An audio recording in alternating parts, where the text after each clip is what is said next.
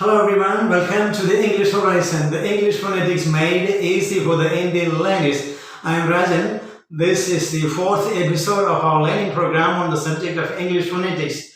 Much before we begin today, I'd like to thank you all for commenting, liking, sharing and subscribing to my channel. In the last episode, we learned some particular aspects about the production of speech sounds and some ideas about the process of communication. Now today we will be looking into the subject of airstream mechanism. We know that we need airstream mechanism for the production of speech sounds. But much before we go into the details of airstream mechanism, I'd like to give you some particular terms that we will be using throughout our upcoming episode. We'll be using the particular terms like articulation, articulator, passive articulator, active articulator, airstream mechanism, speech organs. Now, what do we mean by articulation? To articulate means to produce speech sounds in the mouth and throat. Articulation means producing speech sounds in the mouth and throat. Now, active articulators and passive articulator. What is meant by articulator? Articulator is a particular speech organ that is involved in the production of a particular speech sound. Now we know that we have active articulator and passive articulator. While we produce a particular speech sound, some speech organs will be moving and touching another articulator. That means another speech organs. So the organs that moving and touching another speech organ is called active articulator. For example, when we speak we, when we produce we, our lower lips is moving and touching the upper lip. So, as far as the particular sound V is concerned, lower lip is the active articulator. So, active articulator is a particular speech organ that moves and touches another speech organ. But passive articulator is involved in this production of particular speech sound, but it does not move and touch. Now, these speech organs are called with that name in phonetic literature. It is called speech organs or the organs of speech. We know that these organs have some other primary functions. For example, our lungs have the functions for breathing function. The tongues acts as the bellows in our body. It is the breathing faculty in our body. Similarly, the teeth, we need to chew food. For chewing food is the primary function of teeth. Similarly, the vocal cords. The vocal cords prevent food and drink from entering our trachea or the windpipe. So these speech organs have their primary functions, but in phonetics we call them as organs of speech because they are involved in the production of different kinds of speech sounds. Now, what do we mean by airstream? Airstream means the moving current of air. The air we breathe, it goes into our lungs and it passes into the outer atmosphere through mouth and throat.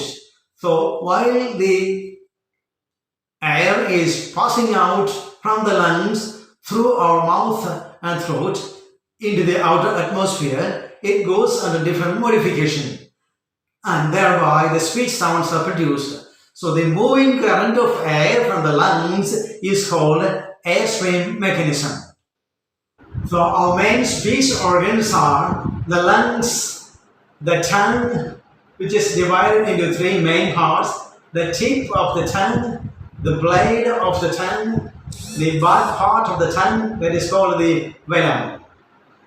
And now the roof of the mouth, which is divided into three parts, the teeth ridge,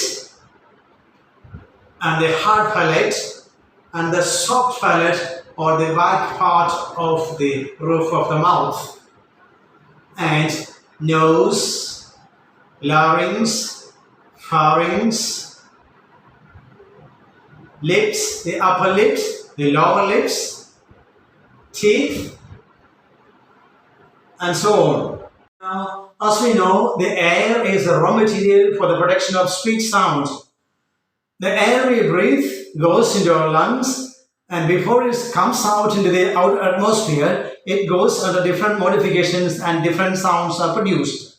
Now, there are three kinds of airstream mechanism. Number one, the Phonetics airstream mechanism. This particular airstream mechanism is made by the modification of the air at the velum. Velum is the particular speech organ which is situated at the part of the back portion of our tongue. So there is air at the velum, and that particular air is modified into different kinds of sounds. So that particular airstream mechanism is called Phonetics airstream mechanism. Now, we know that we have a particular speech organ called larynx or the Adam's apple. The larynx contains the vocal cords. There are some opening between the vocal cords. So the opening between the vocal cords is called glottis. Now the air at the glottis is used for producing some kind of airstream mechanism. This is called glottalic airstream mechanism. Now, third one, pulmonic airstream mechanism. Mainly, almost all the sounds in English language are produced by the pulmonic airstream mechanism. That means the air in the lungs is used for the production of speech sounds. That is called pulmonic airstream mechanism. When we breathe in, it is called ingression. When we breathe out, it is called egression. So when we breathe in, this is called ingressive airstream mechanism. And when we breathe out, that is aggressive airstream mechanism.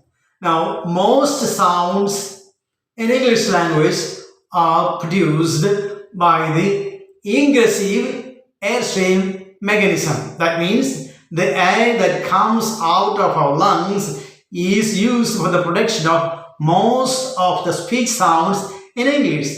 So the English speech sounds use aggressive airstream mechanism. So we can say almost all the English sounds are produced by the pulmonic aggressive airstream mechanism. Well, the pulmonic airstream mechanism consists of the lungs and the respiratory muscles.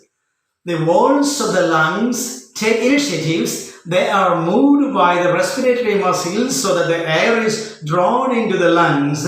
When the air is drawn into the lungs, it is called ingressive airstream mechanism.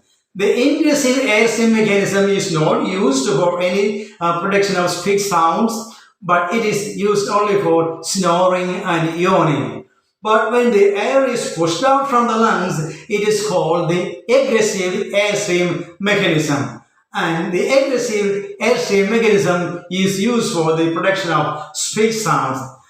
Now, I think you have got some idea about the airstream mechanism. I'd like to wind up now.